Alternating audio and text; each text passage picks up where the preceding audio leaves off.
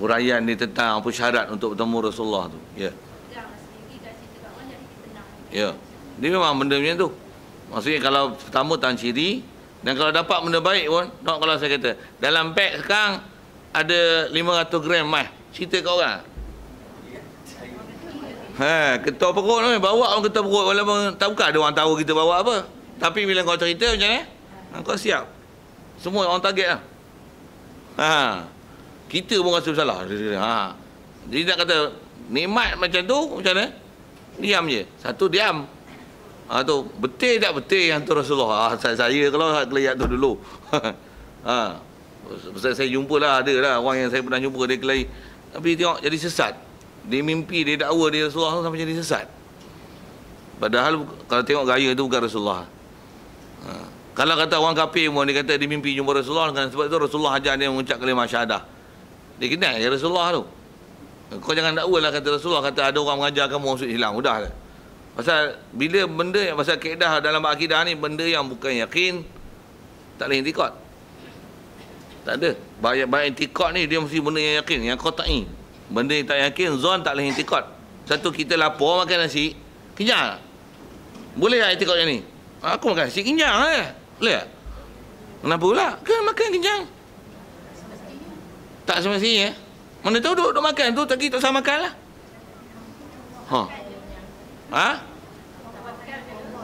Tu jawab macam mana tu? Jawab dah siap fakta, kopi paste ke memang faham itu?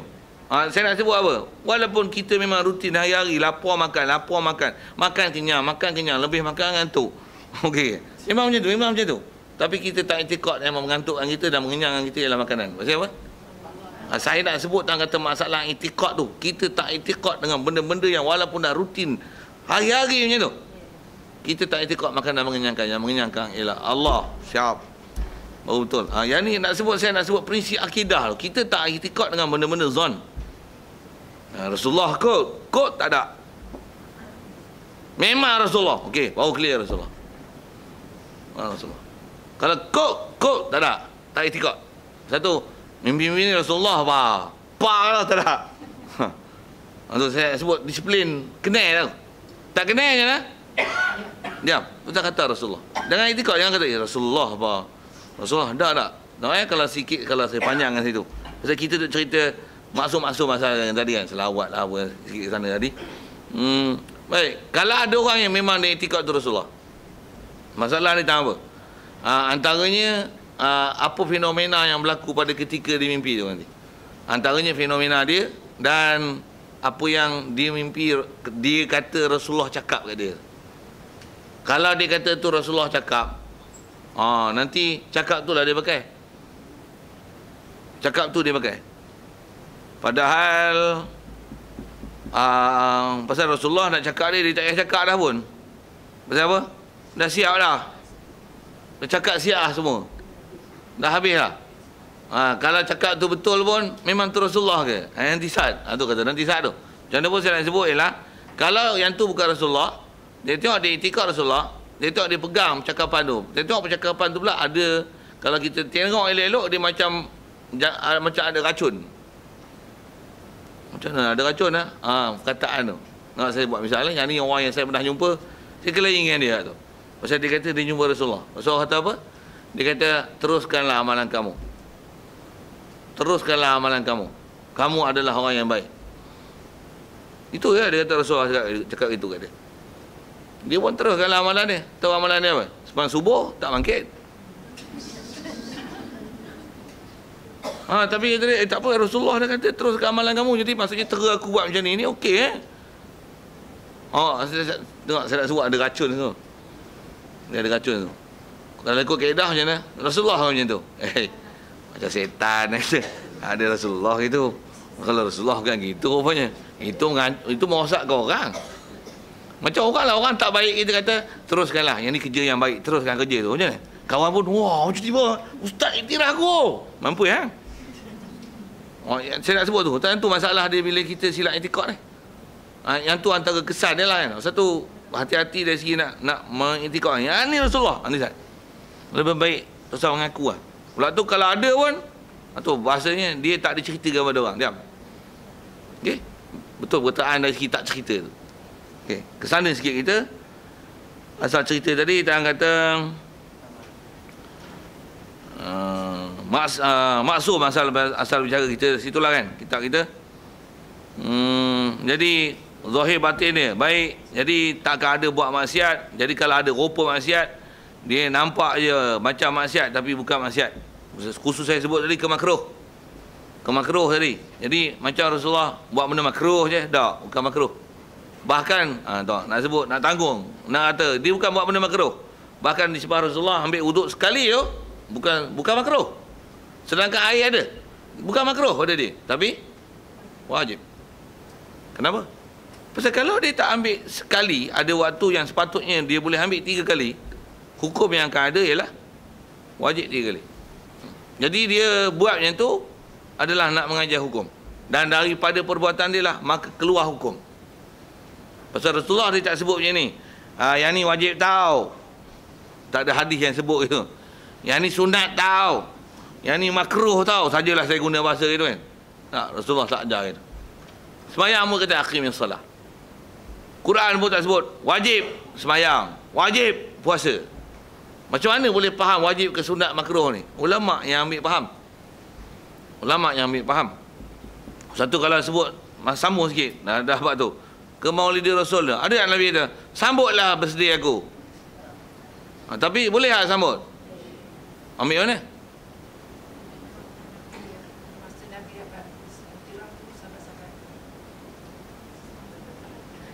Itu pergi Madidah, bukan bersedih. Ulama kita bahas ada satu hadis yang Rasulullah pernah ditanya oleh sahabat, kenapa kamu puasa hari Isnin? Rasulullah kata apa? Fadzalikal yaumul ladzi wulidtu fi. Aku puasa hari Isnin pasal hari itu hari aku dilahirkan. Rasulullah sebut itu je. Apa faham? Yang ni ada orang tak faham ni. Maksudnya apa? Dia pun celebrate hari lahir dia. Bukan tahunan tau. Mingguan. Jadi dia puasa Isnin kerana menyambut hari kelahiran dia. Kerana pasal hari itu hari lahir. Cuma Rasulullah sambut dengan puasa. Okey? Itu jelas lah. Adakah mesti kita pun sambut puasa juga? Apa dilalah yang boleh ambil daripada kata Rasulullah tu apa? Maksudnya boleh meraihkan hari lahir. Siap. Saya itu je. Ulama dah bahas lama. Tak ada masalah tu.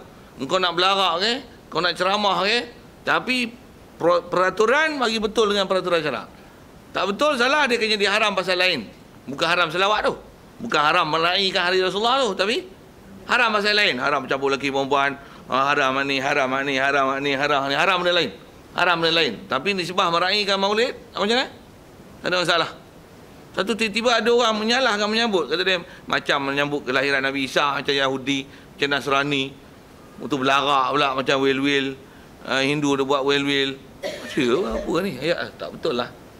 Nabi tak pernah sambut Maulid Rasul. Memanglah dia tak pernah sambut. Sahabat pun tak ni nak promote, nak provokasi, nak momok kan Maulid Rasul.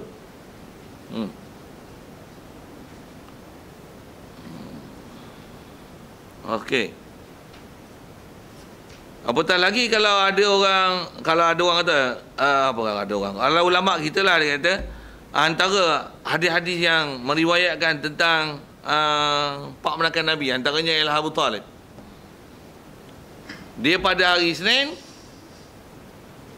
dia kalau waktu dalam neraka nanti Allah Ta'ala jadikan ada air boleh keluar daripada celah jari dia boleh hisap. Pasal apa? Pasal dia seronok dengan kelahiran Nabi. Kalau kata ulama kata fadzalikal kafir. Yang ni Allah Ta'ala beri pada orang kafir yang seronok dengan kelahiran Nabi. Agak-agak apa yang akan Allah Ta'ala beri pada orang mukmin yang seronok dengan kelahiran Nabi. Habis, mudah. Ulama bagi kias cukup mudah. Ya. Abi Lahab.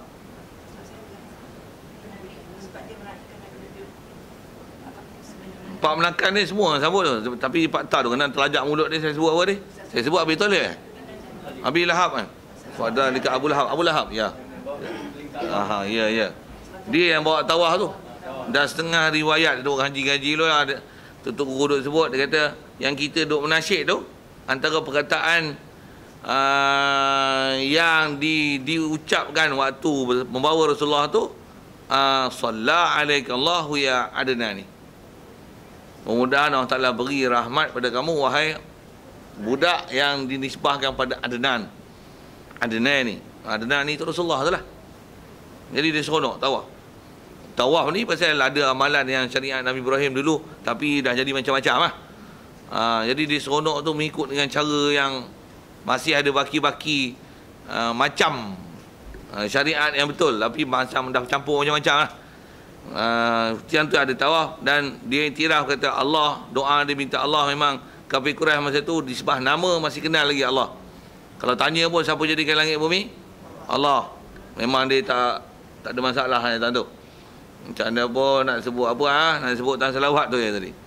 Dan kata perkataan sallallahu alaihi ya Adnani, ya Mustafa ya Safatur Rahmani. Ada yang mengatakan bahawa yang itu adalah perkataan daripada Abu Lahab, daripada pak menekan dia. Dan memang waktu lahir Rasulullah, dia buat apa? Dia kenuri. Pasal seronok tengok anak menekan dia.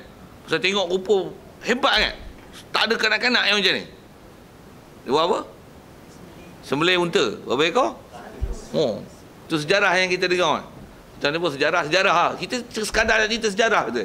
Bukan atas kata ni. Jadi dia seronok dengan kelahiran Nabi. Nak sebut tentang seronok ke? Macam mana pun kalau seronok aje, semayang hidup macam ni. Memang lah. Tapi janganlah momok yang sambut Maulidur Rasul tu. Tentu ya. Jadi kadang-kadang duk selawat, semayang pun hidup. Baik tak selawat. Dia nak serang selawat tu. Jangan nak serang selawat tu. Selawat lah, bagus lah. Yang bagus kata bagus, yang tak bagus yang semayang tu. Pasal cara menyerang macam ni tak betul lagi kita syarak. Maksudnya selawat yang bagus diserang dengan sebab tak semayang. Tak betul. Selawat yang bagus tapi semayang. Betul kan keadaan. Betul keadaan. Macam orang perempuan ziarah kubur tapi buka aurat. Jangan pergi. Haram pergi ziarah kubur. Pasal apa? Buka aurat. Lah, haram tu apa ni? Buka aurat, bukan haram ziarah kubur. Tapi habis ziarah kubur. Esok kubur Nabi, macam mana? Orang pergi cium kubur Nabi, ya kan? Janganlah cium. Kubur Nabi tak suruh cium kan? Apa nak sebut? Buat tu, macam mana? Supaya orang tak cium? Bongkar kubur Nabi. Betul tak nak bagi orang cium? Esok orang buat benda-benda khurafat kat Kaabah, macam mana? Buang Kaabah. Bukan gitu. Apa saya kata apa? Itu yang punca Telaga Zamzam di Palam tu. Apa kaedah ni? Sepatutnya semua orang boleh tengok Telaga Zamzam. Inilah kesan Nabi, kesan sejarah. Rumah ke tempat kelahiran Nabi. Tapi Wahabi punya style lah. Ni Wahabi punya format lah ni. Supaya tak nak bagi orang buat khurafat, yang kesalah tu yang khurafat tu. Bukan tempat lahir Rasulullah, bukan Telaga Zamzam. Tu Palam habis Telaga Zamzam. Bukit Arafah tempat Rasulullah pernah duduk situ apa dia buang? Bukit Sofa Marwah apa tarah buang. Tarah habis. Ini kaedah tu passion tu, puak ni. Pasal kaedah tu tak betul. Tak betul dengan kaedah apa ulama kita dah syarah dari segi nak ambil hukum.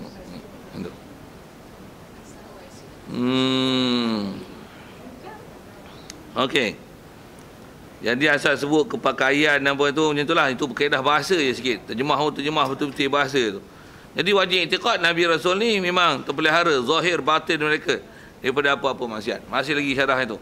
Satu, kalau ada apa-apa yang menyalahi ni maksudnya ada nama maksiat, mustahil lah. Jadi yastahilu alaihim, mustahil atas mereka itu Rasul diddul amanah, di sebalik ataupun opposite meaning daripada amanah. Wahiyah diddul amanah tu adalah al-khiyanah, tu adalah khianat. Cuma khianat mana apa? Buat benda haram. Khianat benda apa? Buat benda makruh. Khianat maksud apa? Tinggal wajib. Khianat maksud apa? Tinggal benda sunat. Tinggal benda sunat tu maksud dia macam mana? Kena faham tu, kau ambil syarahan yang betul. Satu, di atas kata kaedah tu. Satu, apa yang ada pada Rasulullah elok ada ikut. Mesti elok. Mesti apa yang ada pada Rasulullah semua elok ikut. Di atas kaedah ulama ajar, di atas kata wajibnya mereka maksum ni zahir batin. Bahkan kalau sambung ke ayat tu, wajib itikad mereka ni terpelihara, atau istilah kita duk pakai maksum tu, mereka ni amanah, terpelihara zahir batin sejak dia lahir. Kanak-kanak lagi, sebelum jadi rasul lagi. Apatah lagi selepas jadi rasul. Bahkan dia tak ada bahasa apatah lagi tu. Bahkan memang Allah Ta'ala pelihara Nabi Rasul sejak dia lahir. Tidak akan ada apa-apa kondisi yang menyebabkan dia ni dihukumkan maksiat dan dosa. Tak ada. Memang tak ada. Kalau ada cerita-cerita tu murni kan. Kita apa ada cerita Nabi-Nabi masa kecil-kecil tu ada jahat-jahat. Nabi Ibrahim jual bahala. Jual bahala bagus tak? Tu. Betul? Nabi Ibrahim jual bahala? Memanglah sebelum. Tapi kita wajib itikad. Memang Allah Ta'ala maksum dengan dia sebelum jadi Nabi lagi. Tu cerita jual bahala tu macam mana? Macam tu ke? Tu bagi syarah lagi betul tu. Dari segi jual memang jual. Tapi dia bukan bagi laku. Dia cerita betul. Kalau riwayat yang masih ingat lagi duk ngaji, duk guru duk sebut, dia kata apa? Dia bawa bahala tu, semalam Pak Melakan dia jual, hari ni dia jual. Yang semalam habis Pak Melakan dia jual, yang dia jual hari ni tak habis, orang beli semalam pulang balik. Dia jual, dia kata apa? Man yabi' ma la yadur wa la yanfa. Siapa nak beli benda tak mudarat, benda tak manfaat, boleh tak jual yang tu? Tak boleh? Memanglah tak laku, tapi boleh tak jual yang tu? Boleh, tak ada apa-apa lah tu. Siapa nak beli benda tak mudarat, siapa tak manfaat? Tak manfaat. Semalam Pak Melakang kau kata bagus ni tunai hajat. Minta lah hajat nak, dapat tak? Betul ya, tak jadi apa-apa, nak pulang balik. Nak pulang lah, nanti kau balik ke dia. Kau minta ke dia. Macam mana pun memang tak mudarat, manfaat. Siapa nak beli, mai yabi' ma la yadur wa la yanfa. Mai yabi' ma la yadur wa la yanfa. Siapa nak beli benda tak mudarat, tak manfaat? Seorang tak beli, memang tapi salah tak salah, pasal dia cakap tu betul. Jadi kecil-kecil dah hajar, dia dah ada akidah yang sahih. Tentu salah kalau ada orang kata dia kecil-kecil buat dosa. Siapa dia pun dia jual bahala. Nanti tak cerita kalau jual tu memang ada betul, murni yang cerita tu, tanggung, jangan bagi kata dosa. Pasal apa? Ni kita duk belajar format kalau dah esok bercelaru je. Yang ni kata berdosa tak berdosa, khilaf tak khilaf. Dan khilaf kau punya cerita tak betul. Engkau tak ambil format betul. Macam mana nak format kan cerita-cerita yang macam tu supaya dimurnikan, supaya dia jadi positif. Pasal memang kalau benda tu memang ada, positif kan dia. Kalau tak ada, sepak. Macam ada orang kata yang ni pakai ayat Quran, lagi hebat. Yang tu cerita patah sejarah je. Dia kata apa? Nabi Ibrahim pun sebelum dia jadi Nabi Rasul dulu, dia pun duk kata bulan, matahari, bintang, ini Tuhan dia. Mencari kebenaran, betul ke ayat macam tu? Betul ke cara nak ihtimal, nak sanggup syarah itu? Pasal memang ada ayat Quran, dia kata falamma ra'al qamara bazighan qala hadza rabbi. Bila tengok matahari bulan duk terang menderang, bulan purnama, hadza rabbi, ini Tuhan aku. Untuk tengok matahari, falamma ra'al syamsa bazighatan qala hadza rabbi hadza akbar. Bila tengok matahari pula kata dia, ni lah Tuhan aku, ni lagi besar. Tu macam mana tu? Dia pun kata Tuhan, bintang ni ialah Allah, ni Tuhan aku, bulan ni Tuhan aku, matahari Tuhan aku. Macam mana tu? Kalau pupak pening ni syarah macam mana? Nabi Ibrahim pun sebelum dia jadi Nabi, dia pun mula syarah bengong. Wajib itikad maksum pun. Sejak pada lahir lagi weh. Tu apa tu? Macam mana tu? Ayat Quran tu, nampak macam mana tu? Dia cakap tu ialah cakap ajuk bagi kaum dia. Bukan dia cakap tu intikad dia. Dia orang Ta'ala dah bagi hidayat supaya kenal benda baik buruk ni sejak pada lahir. Memang orang Ta'ala dah fitrahkan Nabi Rasul ni, orang Ta'ala tu bahasa maksum tu wajib intikad maksum dia lahir lagi. Orang Ta'ala pelihara dia. Jadi yang dia cakap tu ialah cakap ajuk bagi kaum dia yang dia nak dakwah, yang kaum dia intikad macam tu. Cakap ajuk faham tak cakap ajuk? Dia ulang balik. Tengok ni Tuhan aku ni. Padahal dia ajuk tu supaya dia nak lambung tu sehari dia bagi bola smash. Itu je. Bukan dia punya itikad, bukan. Itu bahasa cakap ajuk tu dia faham. Tak faham cakap ajuk pergi ngaji bahasa Malaysia. Saya juga ajar bahasa Malaysia. Dah kata ada SPM semua ke Darjah 6 ni dulu. Okey. Sajalah saya soal lagi tu. Bagi faham bahasa cakap ajuk. Jadi cakap ajuk bukan cakap dia. Jadi yang tu kaedah nak tanggung supaya Quran tu betul. Pasal zaman lah ni dia jadi masalah itu lah. Pasal tambah pula ada orang kita masuk bab Rasul ni kelahi je nanti. Kelahi bab dulu kita kelahi dalam bab orang duk kata bab ketuhanan. Ni kita lagi dalam bab Rasul. Pasal ada orang ustaz famous ni masuk dalam radio lah tu. Dia ceramah kata apa? Nabi Muhammad pun dulu sesat. Ayat Quran ada. Allah pun kata Nabi Muhammad sesat. Mana?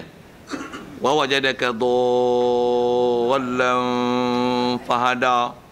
Nabi Muhammad sesat, Nabi Adam pun sesat. Fa asa rabbahu faghawa. Dah lah derhaka. Tu ghawa, sesat pula. Siapa tu? Nabi Adam. Nabi Adam pun sesat, Nabi Muhammad pun sesat. Dia orang tanggung dah sesat ni sebelum jadi Nabi Rasul. Tak betul. Salah. Tak betul cara tafsir Al-Quran tu. Memang perkataan lafaz disebut asa dia. Cuma asa ada apa makna? Ghawa ada apa makna? Wa wajadaka dhallan. Asal terjemah tu ke situ dulu. Ayat Quran tu kalau terjemah adakah tidak? Wa wajadaka. Allah Taala dapati kamu. Ayat tu Quran tu rujuk ke Rasulullah tu. Dhallan memang terjemahnya sesat. Ayat Quran bukan boleh ambil faham word by word tu. Translation word by word, lepas tu hurai ikut kepala otak ni. Ini masalah kita. Bab ketuhanan pun jadi masalah itu. Bab Rasul pun jadi masalah itu. Bahkan bab ghaib pun jadi masalah itu. Banyak perkara lain. Bab syurga, bab neraka, bab kiamat, macam-macam bab ni. Bahkan bab hukum-hukum peraturan alam yang ada sebut dalam Quran, kalau kau pakai dengan zahir ayat, tambah pula ada yang telah dibuktikan tentang apa hakikat dan realiti dia. Dia tengok macam ada kontradiksi antara ayat Quran dengan perkataan sains, pendapat yang realiti kita dah tengok. Macam mana nak selesaikan? Tak boleh buat bodoh-bodoh tu. Kena tengok macam mana ulama selesai dengan ayat Quran tu. Satu kaedah kita belajar disiplin macam mana? Dia maksum, takkan sesat. Ayat Quran ni sekali pun orang hujah. Ayat Quran ni Allah yang kata Nabi Muhammad sesat. Tampak ni. Kaedah kelahi kasar dia tu lah. Ada pula kata Nabi Muhammad sesat. Bahasa sesat tu pun kena jaga adab ni. Bukan sesat. Memang bahasa sebut dhallan. Tapi apa maksud dhallan? Maksudnya tercengang. Atas ulama syarah tu maksud dhallan itu tercengang. Maksudnya apa kata Nabi Muhammad ni dia cengang, lepas tu fahada baru Allah Taala bagi guide kat dia. Apa makna dhallan itu? Makna tahayyara. Pasal kalau bahasa Arab ni dhallan ni memang antara makna kita duk pakai istilahi makna sesat. Maksudnya tak dapat hidayat. Antara makna dhallan ni adalah tak dapat panduan.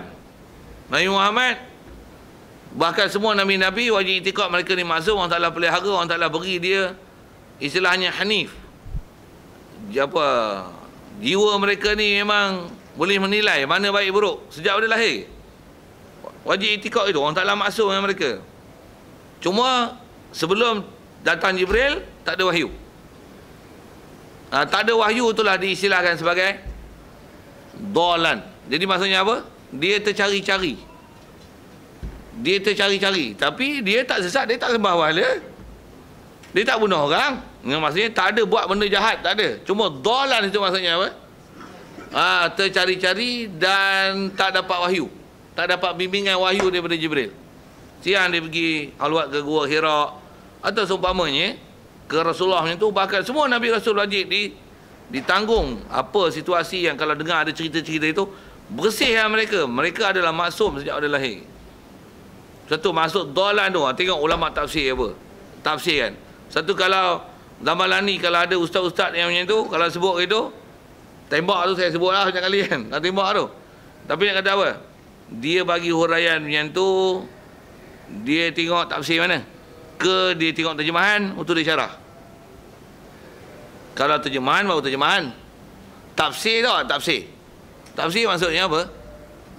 Dia huraian. Apa maksud dhallan? Engkau kena tengok tafsir. Engkau tak boleh beri pengertian dengan terjemahan. Istawa alal arsh. Itu dah lepas lama Allah bercakap kat Tuhan. Engkau dah pakai orang tak duduk. Kau dah faham makna atas. Itu terjemahan tu, translation. Zamalan ni pula dia guna ayat ni. Kita baliklah pada Al-Quran yang sebenar. Sebenarnya dia bukan balik pada Quran sebenar, tapi balik kepada terjemahan Quran. Dia bukan balik pada Quran sebenar tu. Ngah lelok saya sebut. Dia bukan balik pada Quran sebenar. Itu adalah balik kepada terjemahan Quran.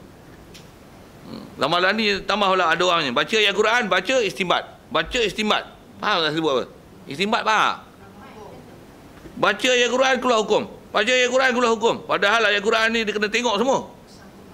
Berapa ayat Quran kau hafal? Apa yang tak? Tak je try tau, saya test sambung.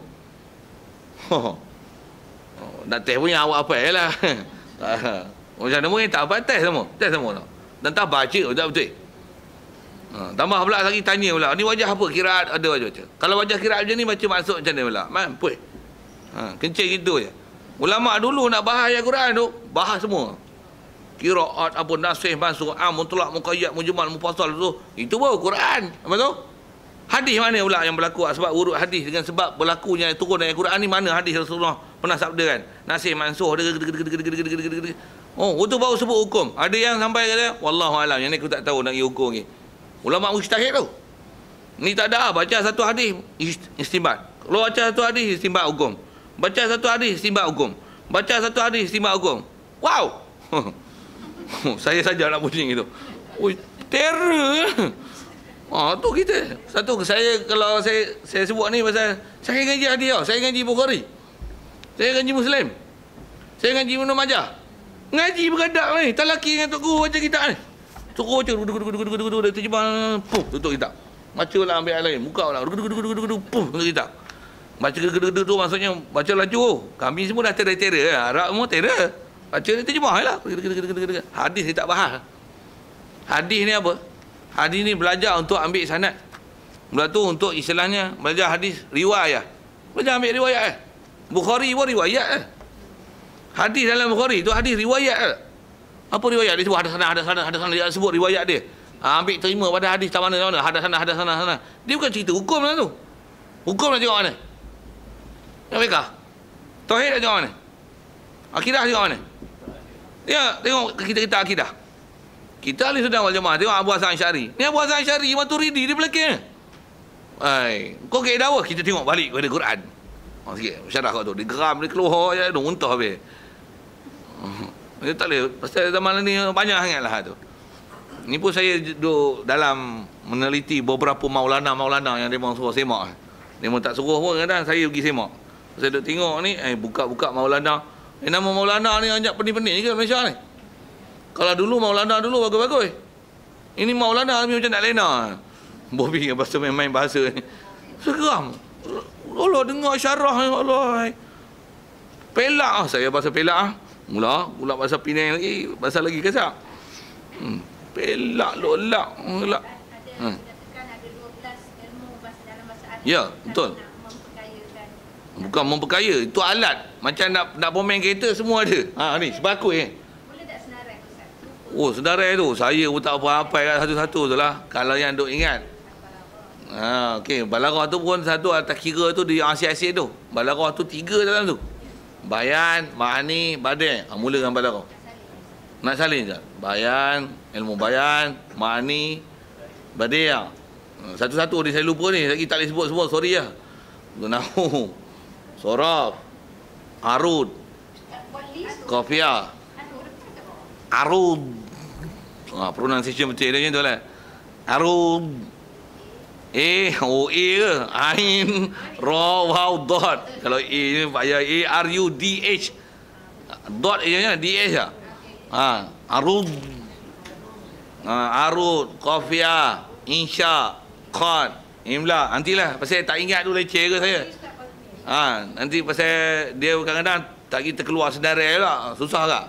Kayu line tak ingat ni susah tak? Jawab rewah. Nanti tulis. InsyaAllah. Terima kasih atas permintaan tu. Best tak tu? Ada orang nak tahu kan?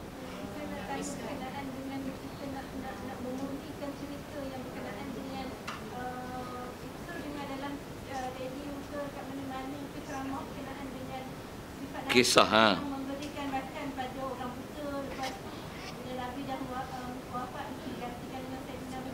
Ya. Jadi macam mana kita nak memurnikan cerita tu? Adakah cerita tu benar ke atau tidak? Yang pertama. Yang kedua, kita nak memurnikan daripada sikap tabligh tu. Nabi sifat Menyampaikan. Okay. kenapa pula Nabi tidak menyampaikan kepada orang betul yang dia sentiasa memberi makan tu kan? Ya.